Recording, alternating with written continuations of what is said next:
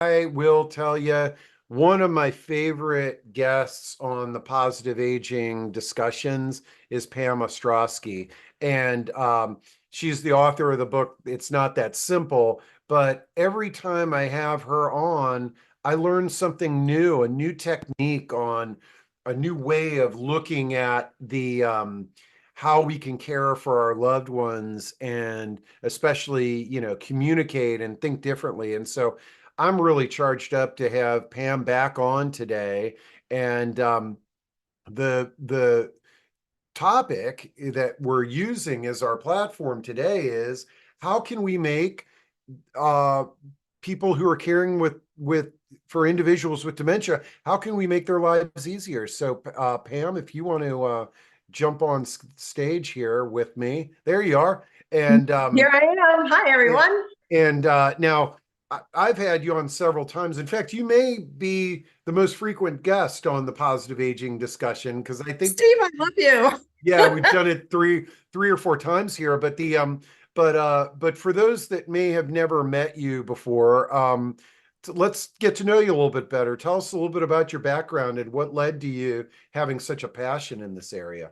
Well, thank you. And thank you for, I'm also a positive aging champion, and thank you for having that program. We're all about connecting resources, and because we're going to need them at some point in our lives. So where I came from in this whole thing is I used to, or it's actually still do, work in high tech. And I had been moved around the country. And then I started getting messages from my parents like, oh, my dad has to have knee surgery, or, mom has to do this. And I started getting concerned about them. And then I went back one Christmas. I was living in California. And I noticed mom was acting a little peculiar, anxious. And so I thought, something's going on here. So I kind of pursued it a bit, and basically, that was the beginning of her dementia journey, and it lasted for a total of 14 years. And I was very, very close with my mom. And unfortunately, or maybe fortunate for others, I made all the mistakes, just saying, I throw myself under the bus. And so I wrote my book, It's Not That Simple, Helping Families Navigate the Alzheimer's Journey. And it basically walks you through how to prepare for all of this, things to consider that I hadn't even thought of. And then how to actually have these conversations with others, including possible wording, because people don't know exactly how to word things, and it causes conflict, it triggers people, family dynamics, all that stuff. And I wanted to help as many people as possible who are, providing dementia care for their loved ones, whether it's early stage, mid stage, or late stage. So that's how I ended up doing what I do today, which is working one-on-one with clients and doing speaking engagements. I love it. Yeah, I have well, yeah, I know you're based in Colorado, but I know that you've spoken at a few regional things here in the Yep. Mid-Atlantic where I'm based, but I've also talked to some of the individuals and families that you've met with, and it's Yes. amazing how somebody with a little bit of knowledge can really help the families that are going through these challenges. Yep. Yep. Okay. So let's dive right into this. I think you've Yes. got a slide deck with some I think you were telling me I got some tips that I'm going to share, and I think that's a Yes. great way to frame our discussions. And folks, just as a reminder, this is interactive. You can jump in and provide your question. If you've got questions, you got comments, you got solutions, just jump in This is a and share conversation. those. Yeah. So Absolutely. And so to that point, Steve, if you don't mind, I'm not going to share the slides. I'm going to do a summary slide with all 10 ways, but okay, let's keep this in a dialogue video type of format so I that like people that. can jump in. So the first thing to think about, first of all, it's Alzheimer's and Family Caregiver Month. What a perfect meld of honoring both those with Alzheimer's, those who are caring for those with Alzheimer's, and just family caregivers in general. I mean, I don't know of anybody who isn't one, honestly. And so what I hear a lot from my clients, Steve, is, oh, this journey is so hard.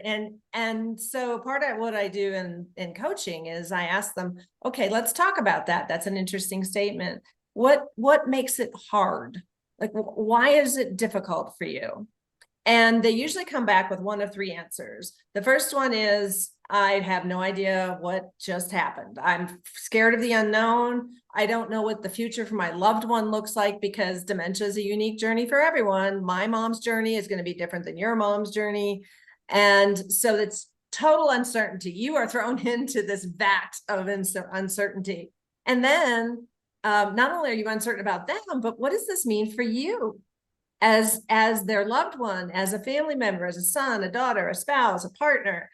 And it's scary. And so it makes it, we put that in the hard or difficult category. The next one is resistance. Like, oh, this can't be happening to us. No way. And it's this perception in the process of educating people. I think we've kind of gone down the doomsday kind of perspective. And I think it's important to come back and say, look, you got the diagnosis, dementia. That your life didn't just end, by the way. So all that means is you have to shift your life plans. So again, we see hard, oh my God, this is terrible, this is tragic, to, hey, this just means reorganizing and restructuring, because honestly, you don't know what's going to happen tomorrow. Funnily enough, happy election day. So to prove that point. And then thirdly, it's the overwhelming amount of different emotions: sadness, guilt, resentment, frustration, anger. Just throw your hands up and say, I can't take it anymore. And then the decisions, oh, does the person stay, your loved one stay at home? How long do they stay at home? When do you get a professional caregiver to come in home? Do you do that? Do you instead look at assisted living or senior living, memory care living, depending on where they're at? Do you involve the family? Do you not involve the family? And again, overwhelming. Mhm. So to me, when people say it's hard, much of it is there's just too much information, and I'm trying to process it all at once. Everybody take a deep breath, right? Because we don't have to do that. We don't have to process it all. My mom was on a 14-year journey. Trust me, I did not pace myself. I highly recommend pacing yourself because it is exhausting otherwise. And so are you ready we're going to do this David Letterman style. Oh, I And love this. Oh, great job, Pam. I always love unique approaches, and I tell people these discussions are less of like a college lecture and more like the David Letterman show, and or Jimmy Kimmel, or whoever's on or that. Oprah, you're Yeah, interviewing yeah, people. exactly. Okay, so I Okay. guess does he start? Is it the top 10 list? Is that what you're? Yeah, it's a top 10 Okay. list. Yeah. So I Yeah. guess we'll start with number 10 and we'll work our ways to You one. got it. You Great. got it. So when we think about this, what makes us feel empowered? It's taking action, understanding like what's the situation? What are we looking at here? And then feeling supported. So if you take anything away from this in this top 10, these are ways to do that. Take action, understand the situation, and feel supported. So number 10, I wish I had cards so I could throw them. Yeah, that was always great. Well, no, that'll be the next Oh time. my gosh, Yeah. I don't know where they are. I just moved to the Denver area a few months ago, and I'm still digging through boxes. So number 1, talk with your loved ones, financial advisor, and estate attorney. If they don't have one, I would strongly suggest you find one, because you have to have the proper documents in place immediately, because we don't know how fast dementia progresses, because we don't know enough about how it attacks everyone individual's brain. So we just know that it does. And so meeting with the financial advisor, and by the way, financial advisors are getting more and more training around having broader discussions about not just finances, but planning for later in life, understanding and making relationships with other professionals, so that you can go to your financial advisor and they're your quarterback, right? And they're going to help you and work with, people like your estate attorney or whoever else you have on your team which we'll talk about in a minute. So that's number 10, is making sure that you head out to the financial advisor and estate attorneys and say, look, we just found this out. We want to make sure that we're prepared. Can we have that conversation? And they should be very willing to do so. If you need resources or suggestions on individuals, I do work nationally. So I do know a lot of financial advisors and estate attorneys. And Steve, I'm sure that you have many in your source book.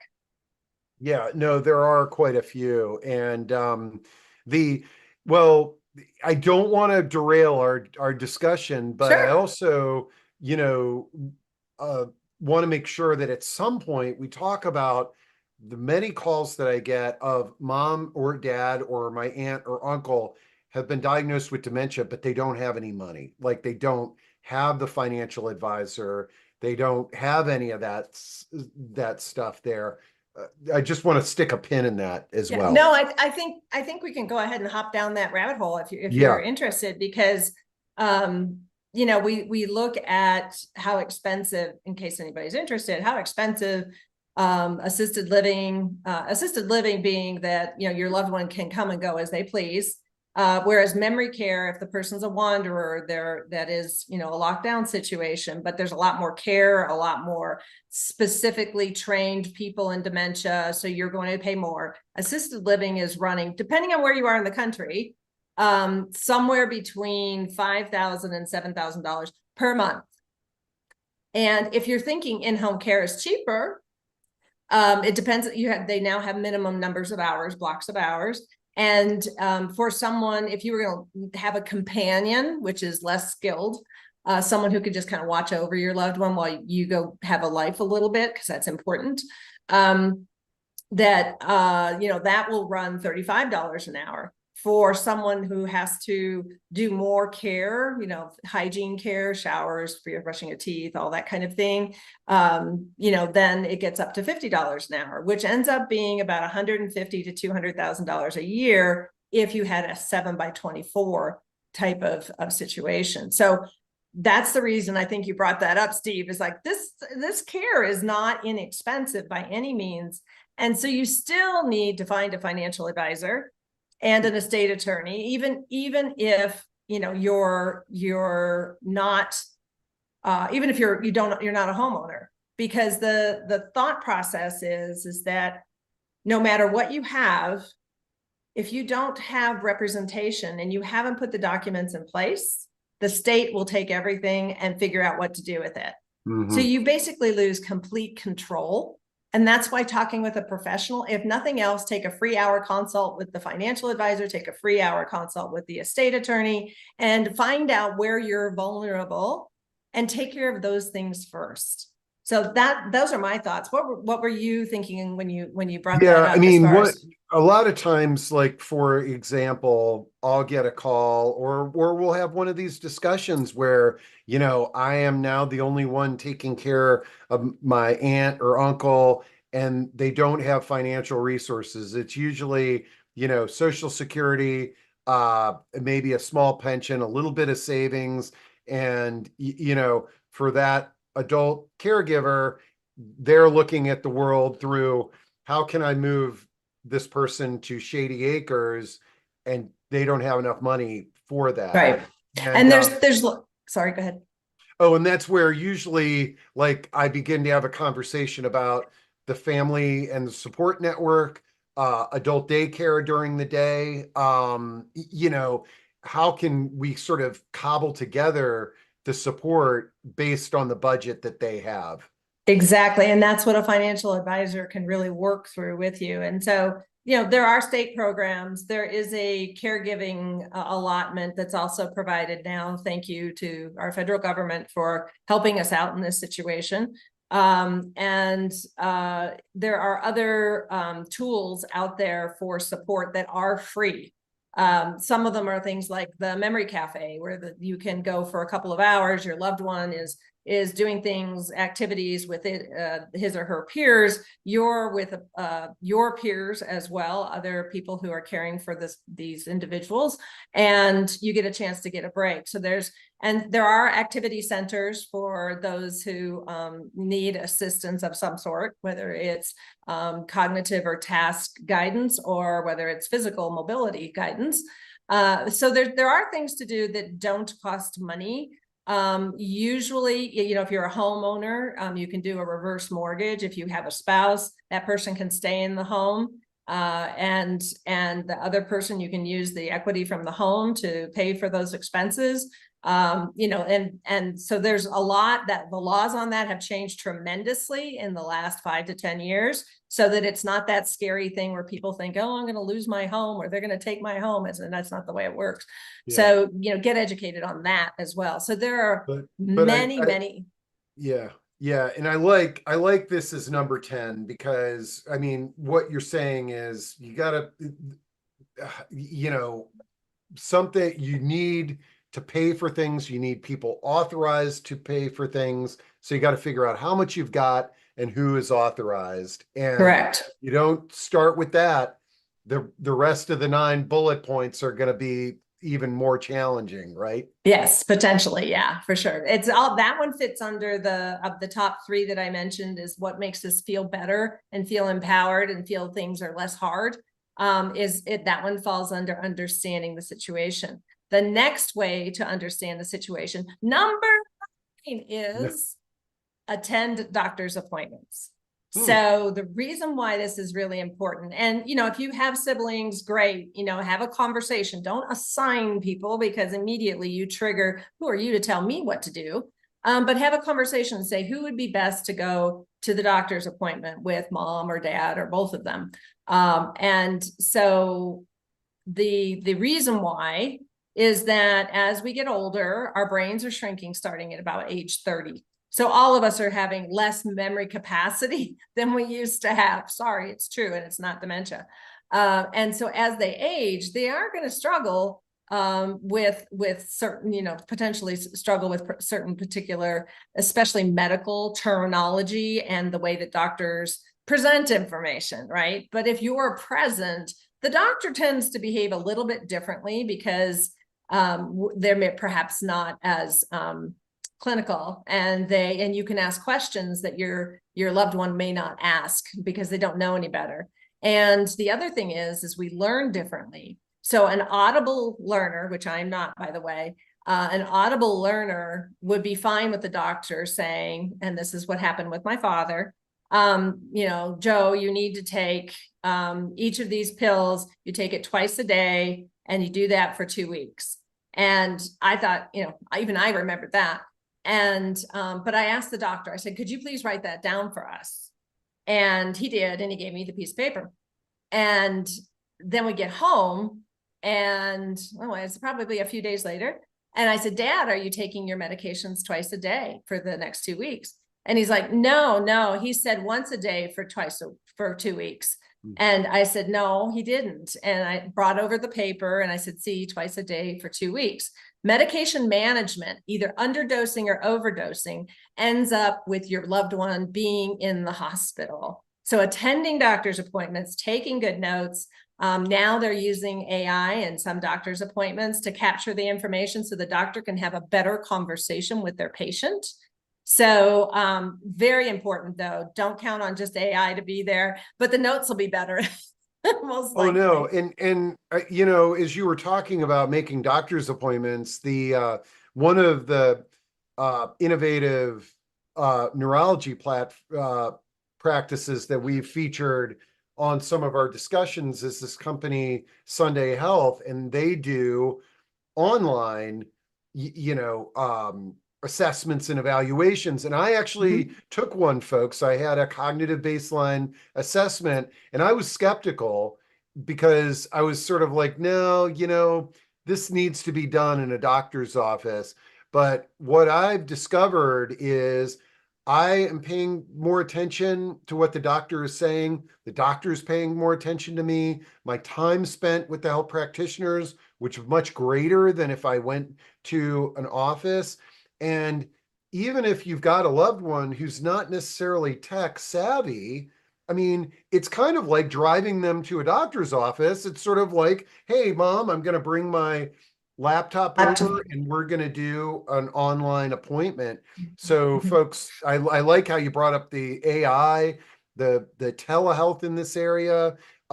Also, I think one thing that I've heard a lot of about is a lot of times our general practitioners are not really that well versed in this area of cognitive health and Yeah, innovation. most people, not even nurses, doctors, anyone, really, it's a brave new world. Even though we've been studying the brain for so long.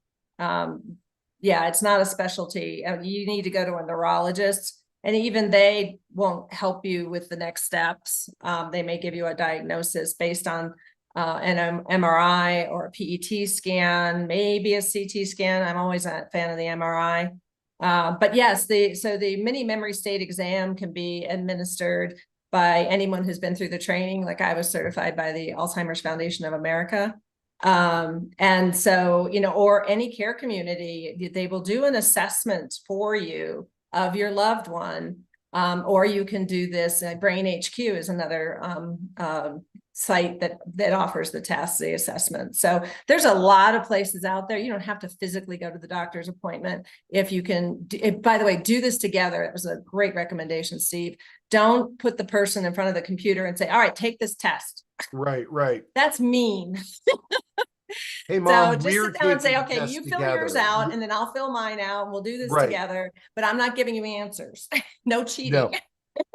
Okay, well, I want to get through our 10, so I guess we need to move Okay, yeah, along. let's go to the next one. Okay, Okay. so the next one, number 8, is accumulate knowledge from credible dementia informational webinars and resources and support groups. I'm talking Alzheimer's Association, Alzheimer's Foundation of America, and memory cafes, which are national. But I hesitate to, when you're accumulating knowledge, credibility is really important.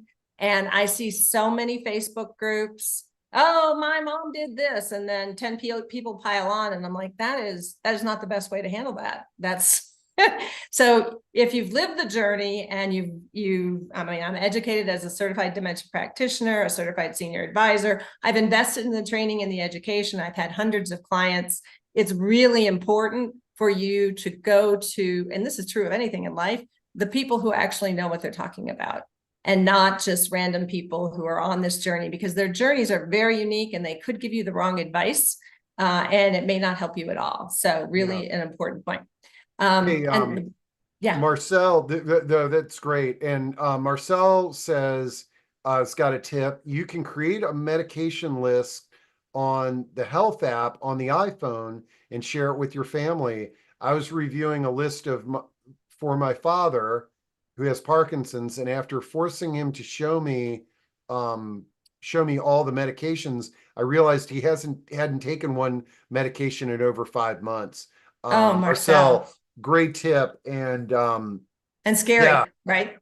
Very true. But that's that. And by the way, I mean, you can do something as simple as a Google spreadsheet, where everybody can access, because you can share Google Docs and any kind of Google Doc, or just with family having members. a notebook. Yeah, the only thing is you can't physically share that with other family Yeah. members who might not be local, but this phone has so many apps, and so that's a great recommendation if you're attached to your phone. Sometimes your loved ones aren't. Pill boxes. If you have cognitive impairment, a pill box doesn't help very much because you don't know what day it is. And so sometimes you'll think Tuesday happened 3 times this week, so you take 3 times the number of pills, on Wednesday. And so, these medication management is probably one of the most dangerous aspects of having cognitive impairment, in my opinion. All right, you ready for number 7? Yep. All right. Start talking with your family members, immediate family, because this is many times considered a very private concern. Although, 1 out of 9 people 65 and over have been diagnosed with Alzheimer's. You're in good company. You're not alone. But initially, when I heard a story from one of my clients saying that the one family member talked to mom and said, hey, we need to get this done or that done. So it's usually the high achiever in the family who asserts themselves into having these conversations, but leaving out the others. And that can create bad blood. It can create animosity. Mom's going to spill the beans and say, hey, I was talking to your brother about this, and he said we should do that. What do you think? That is not the way to start that whole dynamic, because you're going to be on a multi-year journey. You do not want to start off by irritating everyone and triggering them and creating animosity. I can't tell you the number of family dynamic calls that I've done, trying and getting everybody to stay on the same page and understand each other and be able to work through this, so that by the end of this call, you feel good about it. You feel like you've contributed. You feel like you've been heard. And ultimately, that's the main purpose of communicating with the whole family at once, as opposed to have a family meeting, do a Zoom call, whatever it takes. But don't one-on-one with the parents if you're in that type of situation. It creates problems. No, this is great. And I dropped into chat there because this weekend I was at a screening of the film Wine, Women, and Dementia, which is now available free of charge on PBS. And I put the link in there. But one of the individuals featured in the film said when she got the diagnosis, she sent out an email to everybody. Like she let everybody know, outside her family, her mom's friends, everything.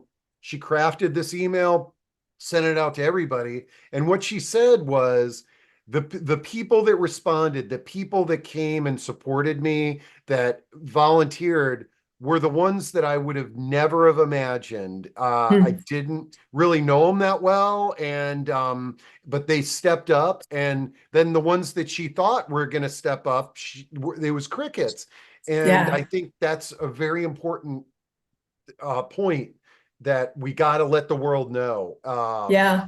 Yeah. And usually that happens because the people who are closest get scared, because Yeah. they do the what if this happens to me scenario, and I don't have one of you to help me through the journey. So there's a lot of internal processing that the people closest, eventually they come around or not. But it's the people who are more detached that can step in, or different personalities. I mean, there's a lot that goes on there, but No, and absolutely so don't go. casting You that never wide take net. this journey alone. There's no Yeah. reason for it, right? Okay, number Yeah. 6. Okay. This is kind of tied into number 5, number 7, which is identify the primary and secondary persons in charge, because it's important for. So when my mom went into the hospital to have her colonoscopy, we discovered that she had colon cancer, and so Dad, because of he being a spouse, had authority to for surgery. But I said, well, we should talk about this. And the hospital said, do you have your healthcare power of attorney documents? I'm like, well, we didn't really think about that because we're coming in for a colonoscopy. And she's like, you have to go, and admin said, you have to go and get them. And so I drove back to the house, got the healthcare power of attorney. But if something had happened to my dad, if he was an emotional mess, the secondary was me. So you need a plan to have a primary and a secondary. And it's really important that these individuals understand their responsibilities before they say, oh, I'm in charge, I can do it, no problem. And it's like, okay, you have 5 kids, everybody's at soccer and football and ballet, and then you've got a really busy job where you travel 50% of the time. This requires being able to respond very quickly. I moved my parents out to Phoenix, where I lived, and was accessible to them 24/7. Whenever they needed it. Now, not everybody needs to do that, and they didn't take advantage of it too much, but it's something you need to be aware of, is what those responsibilities are before the strong voice from the family steps in and says, oh, we'll do it. And it's like, yeah, you do a lot already. So maybe we, have a conversation about that, providing there's contention for the position. That is, if you're the only one, then you're the only one. Okay. Okay. I love it. All right. Number 5. Ding, ding, ding, ding, ding. Build a trusted care team who can support you. So what you Kind of just what gave I that was saying. story. Yeah. Okay. Absolutely. So that makes a big difference. So, and when we talk about care teams, you may think, oh, it's the doctor or the physician's assistant, but we actually are talking about the next door neighbor, mom or dad's friends, your friends. And by her sending out that email, to reference your earlier story, what she did is say, I need help, or I want you to know this so that if anything, if I can reach out to you, respond back and let me know, because I might just need someone to talk with. And that may work, that may not work, but it is really important to understand that your care team is your financial advisor, your estate attorney, your, potentially a person who's helping you find senior living. It could be friends and family, neighbors. It's a huge possibility. It's really important that you identify who can be on that list, because again, it's a multi-year journey. You're going to need the assistance. So next. Yeah, and I'm glad you brought up neighbors, because especially with dementia, and if somebody's living alone, many times the adult children come into town and they're disconnected with the neighbors, but the neighbors have been seeing all this going on. And I sort of coached one of my friends to just, next time you go visit your dad, just go around, knock on the doors, maybe have some cookies or buy some gift cards or something to sort of say, Yes. hey, look, I'm in town and my dad is not doing as well. And he learned so much that he would have never have learned by doing that.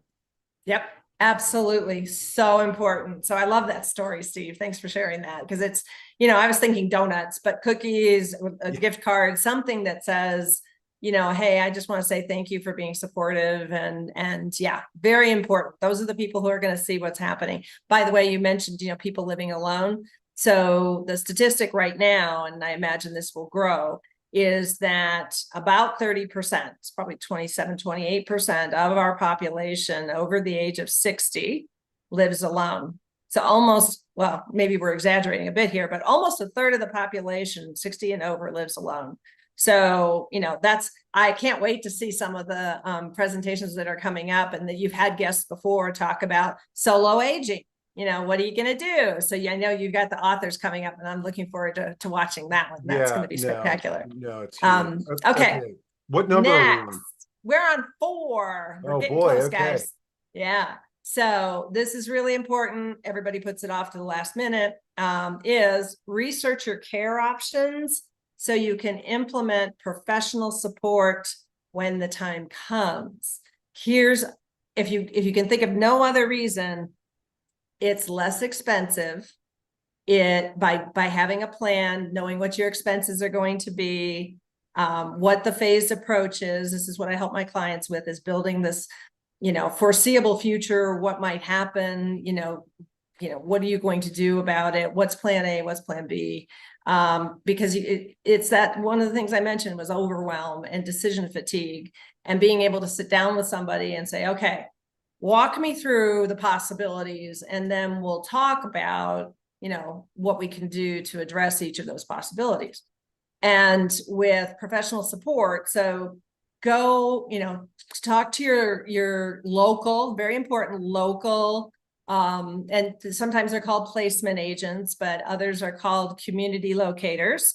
You're going to invite them in and say, look, we're thinking about where we're going to live from here on out, or who's going to live where. And these individuals have heard many stories and have a lot of experience in different situations. So they can say, well, you could do this, tell me more about what you like and what you don't like, and start the conversation, because sometimes nobody's even thought about independent living, where you wouldn't have to deal with, even if you're living in a condo, there's certain amounts of maintenance and things that you have to do to live alone. And so, what is independent living? Well, I don't know. I've never been in one.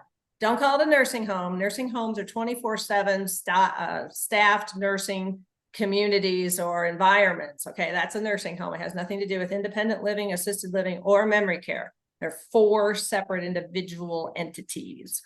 Like to emphasize that because everybody calls it a home. Oh, I put mom in a home. And it's like, no, you didn't, because she doesn't have medical issues. So, and she doesn't have nursing care 24/7. So being able to use someone like that community locator, who's familiar with the good, the bad, and the ugly, and, see how you feel about it. And this includes the adult children and the individuals who might be living there.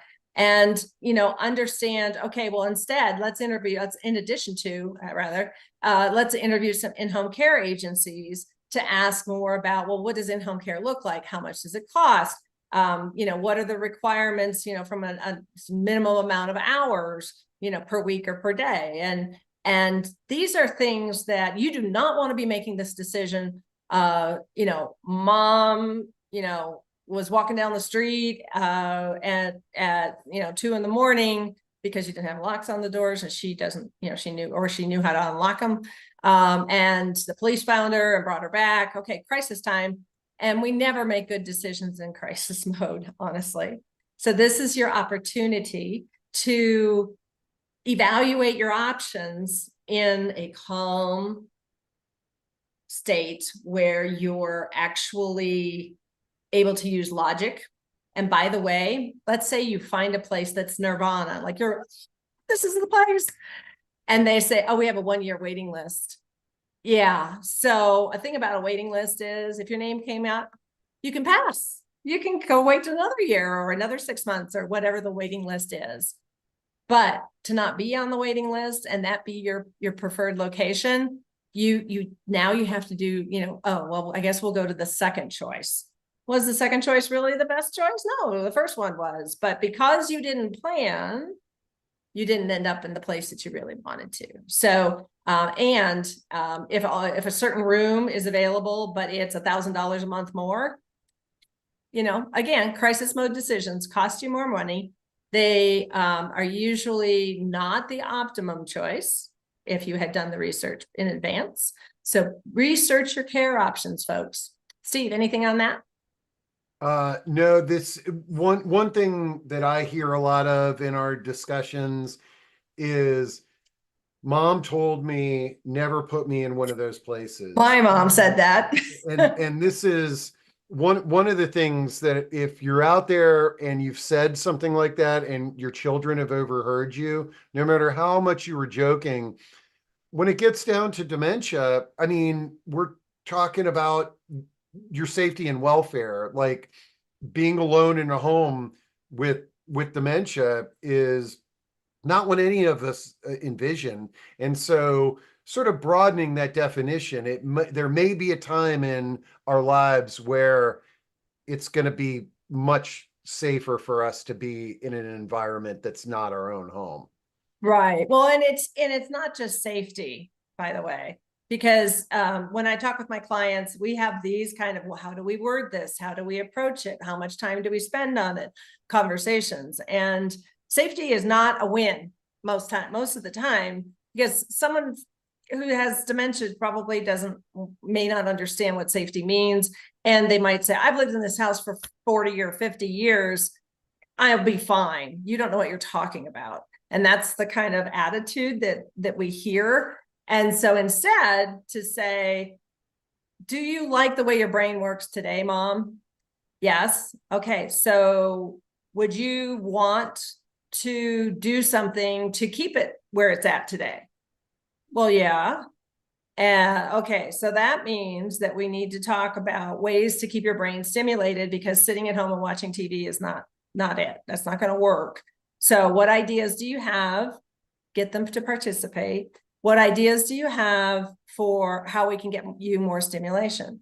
And some of my clients really struggle with this, because it's like, well, she doesn't want to do anything. And it's like, all right, well, and then sometimes there's the really hard choice of you pick them up to go to lunch and you drop them off at memory care.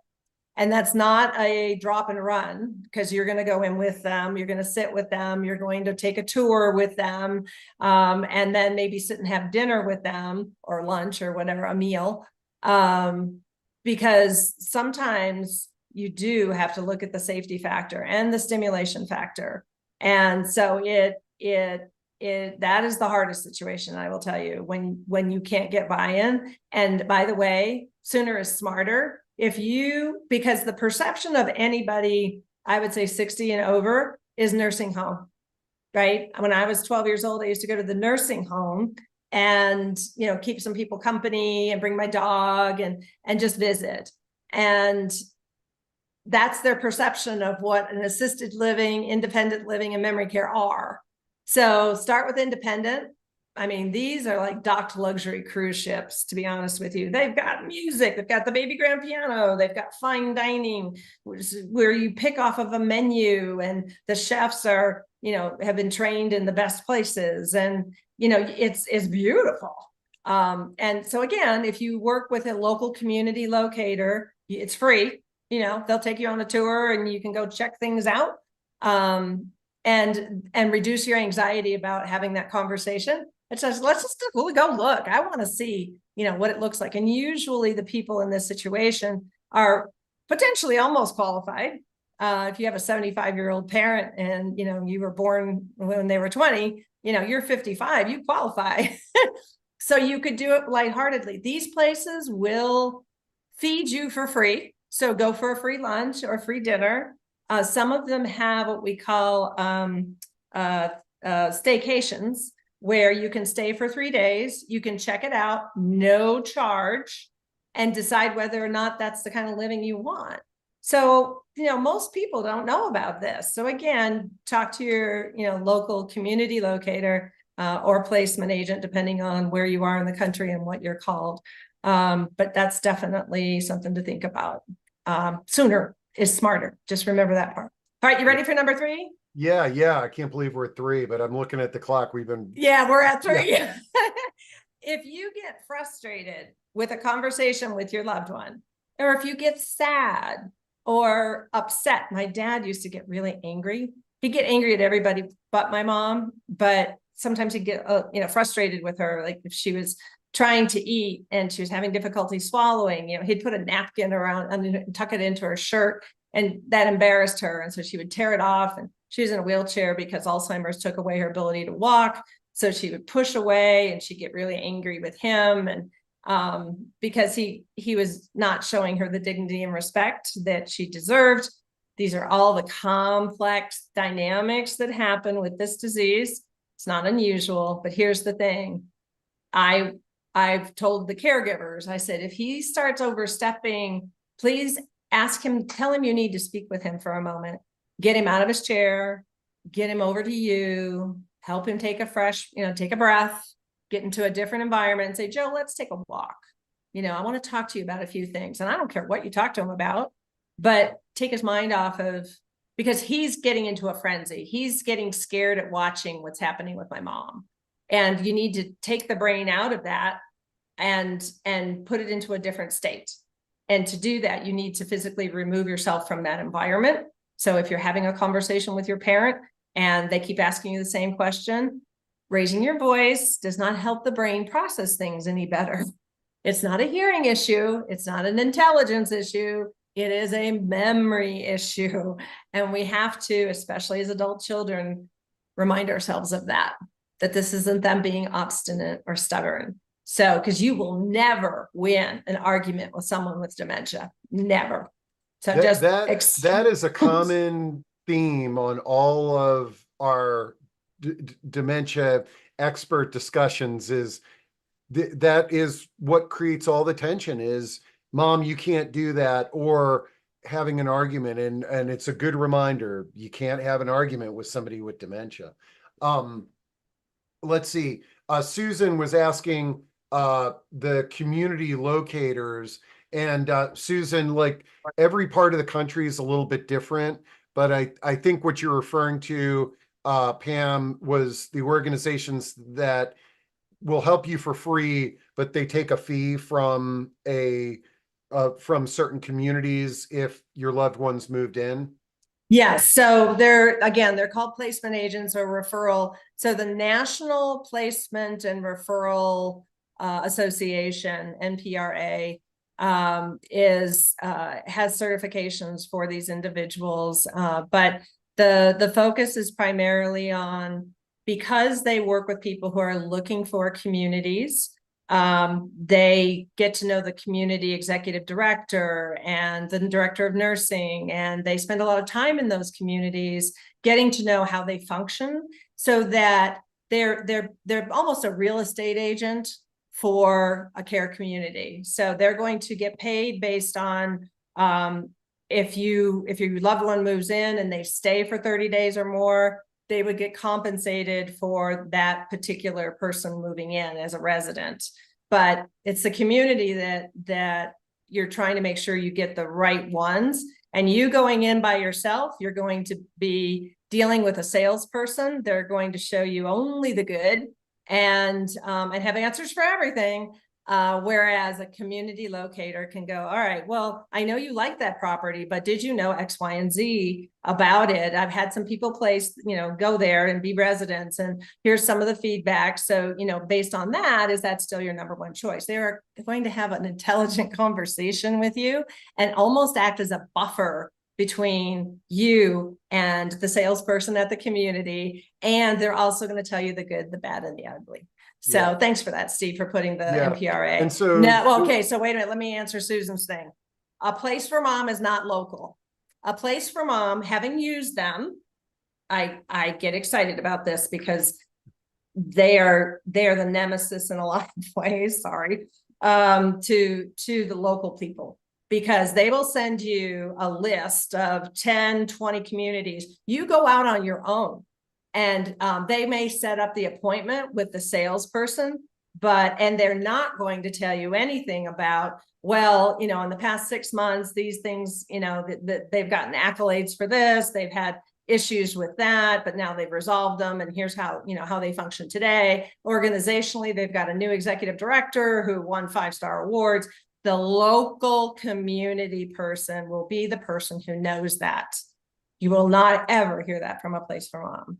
So really important to use a local community. And also, just to throw a couple of other alternatives, is their aging life care managers as well. Now, this is different. You're paying them, but they're advocating for you and your mom. And it's just not that a placement service might, but they may not have contracts with all the communities, and that can sort of shadow. It's kind of like stockbrokers selling you the stocks that they get higher commissions on. So but I would actually contend that the good people, and I only work with the good people, the good people don't look at it that way, because here's the deal. If I go to work on a Monday, I get paid. If I go to work on a Wednesday, I get paid. And if I go to work on a Friday, I get paid. They get paid no matter what. So they have no incentive, because they're all about the same. So the check isn't going to be significantly different. So are there people, there's always going to be people swayed by money, right? So to your stockbroker, analogy. I mean, I'll kind of push back on this, because a lot of the communities, when they get over a certain occupancy level, will cut off all relationships with placement services. And so now that's not a choice on their menu. The bottom line is, you don't need to walk the road alone, and be a cautious consumer. And there's good and bad, or in any industry. It's having a match. But ask it, no matter who you're working with, whether it be an aging life care manager or a placement service, how are you getting paid, and what is the objective? But we probably should do a whole hour on this topic. But we should. What number are we on now? Because we are on number 2. And thank you, Sean. This is perfect timing. Yeah. Yes, it is.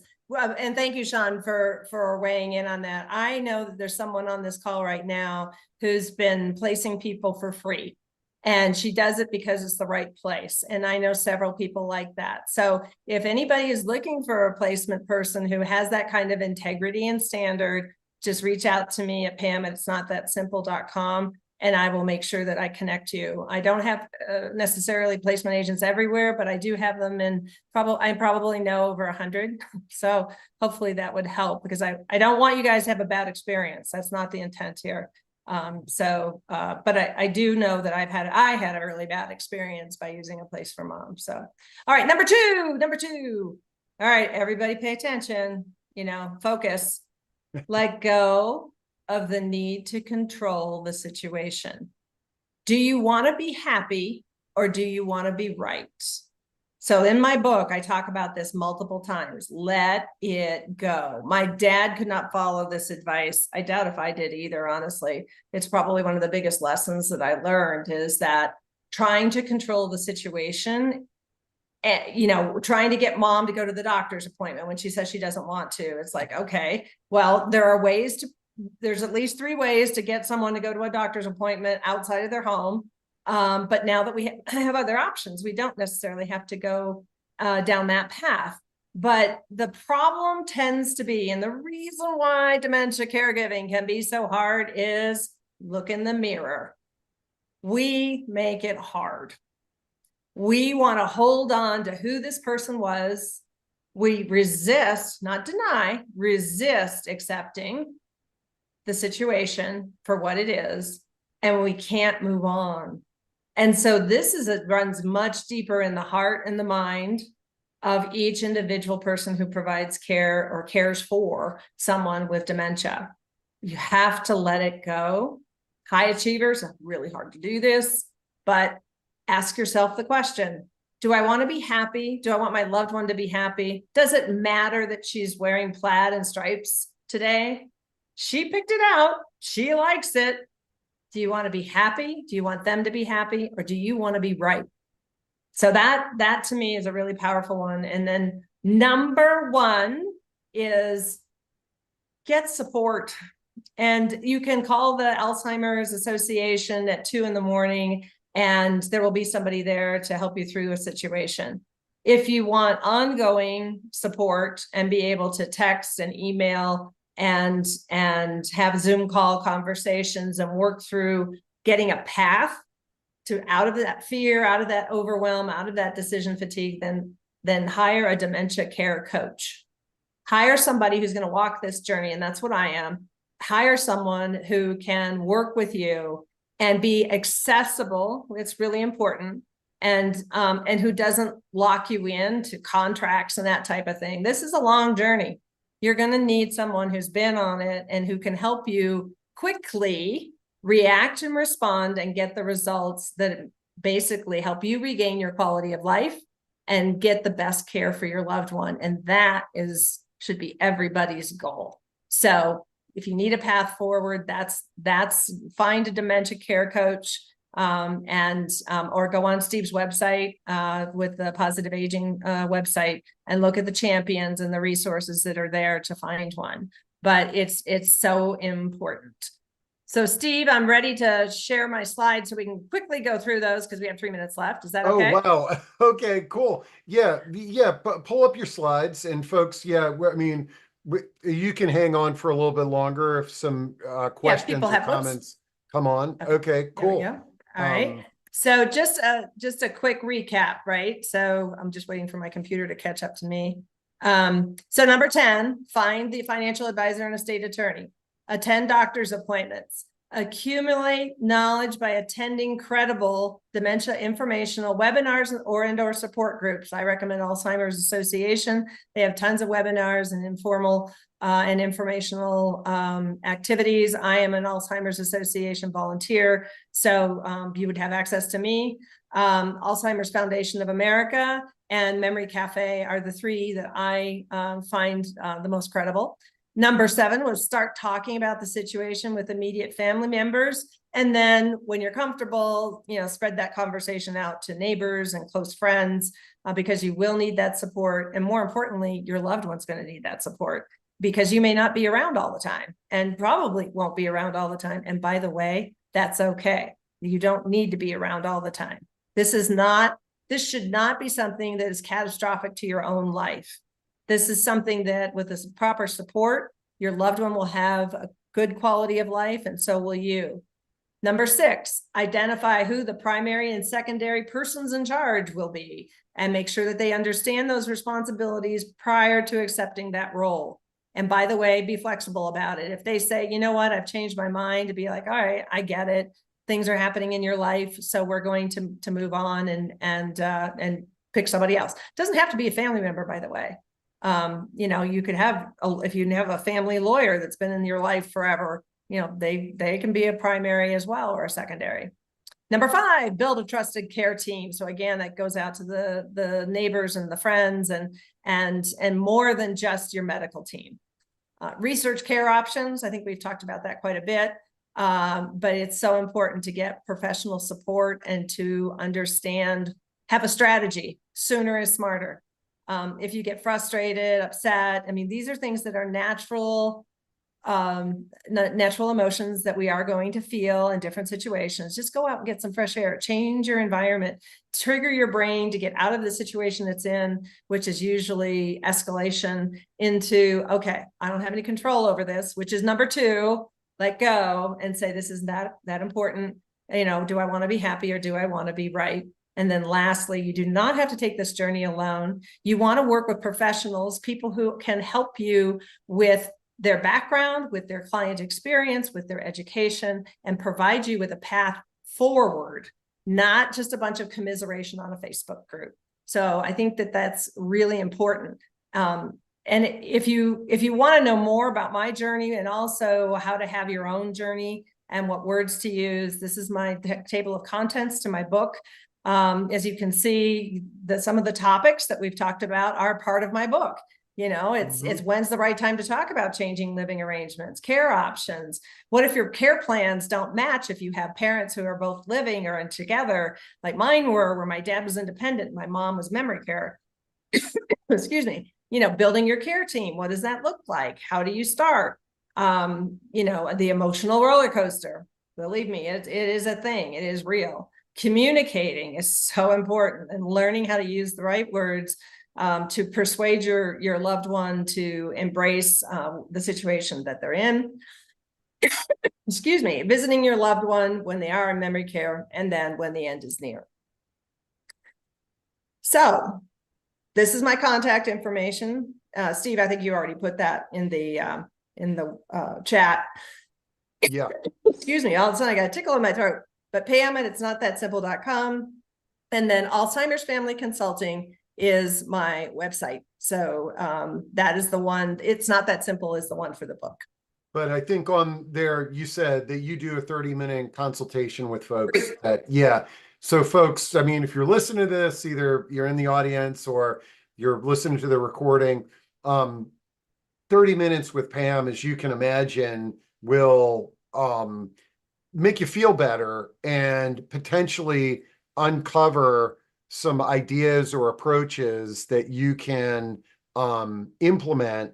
And then obviously, if it's a good match, I mean, you can have Pam right along your side going through this journey here. Yeah. Yeah. I mean, I have clients who say, you are my rock. You're the person, because a lot of times we just use our friends. Oh my gosh, you know, how is so-and-so doing? How's your mom doing? And then all you do is talk about your mom through the entire happy hour or meal. And your friends stop wanting to go out with you. Trust me, because that's all you talk about. It's all you're focused on. So having someone to offload that, to lean up against and say, I just, you know, I feel miserable, or whatever you're feeling, angry, frustrated, confused.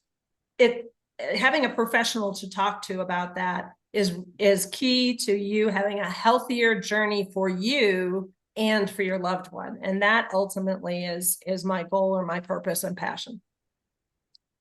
I love it. Well, holy cow, we burned through over an hour here.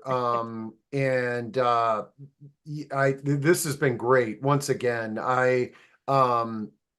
there's so much to digest, and I think that it definitely gave, once again, you've given me a different perspective on looking at this. I love the top 10 list too. So folks, I've got the recording. I'll have all Pam's contact info up there. This has been great.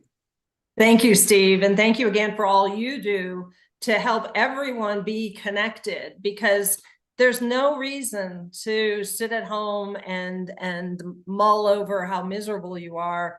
when all you have to do is go to the Positive Aging website and start reaching out to people. I seriously doubt if there's anybody on that list who wouldn't offer a free 30-minute Oh yeah, conversation. no, everybody does. Yeah, But so also what I've found is just, seeing other people making comments in these discussions, and it's like, oh, I'm not the only one going through this. So that's helpful exactly. too.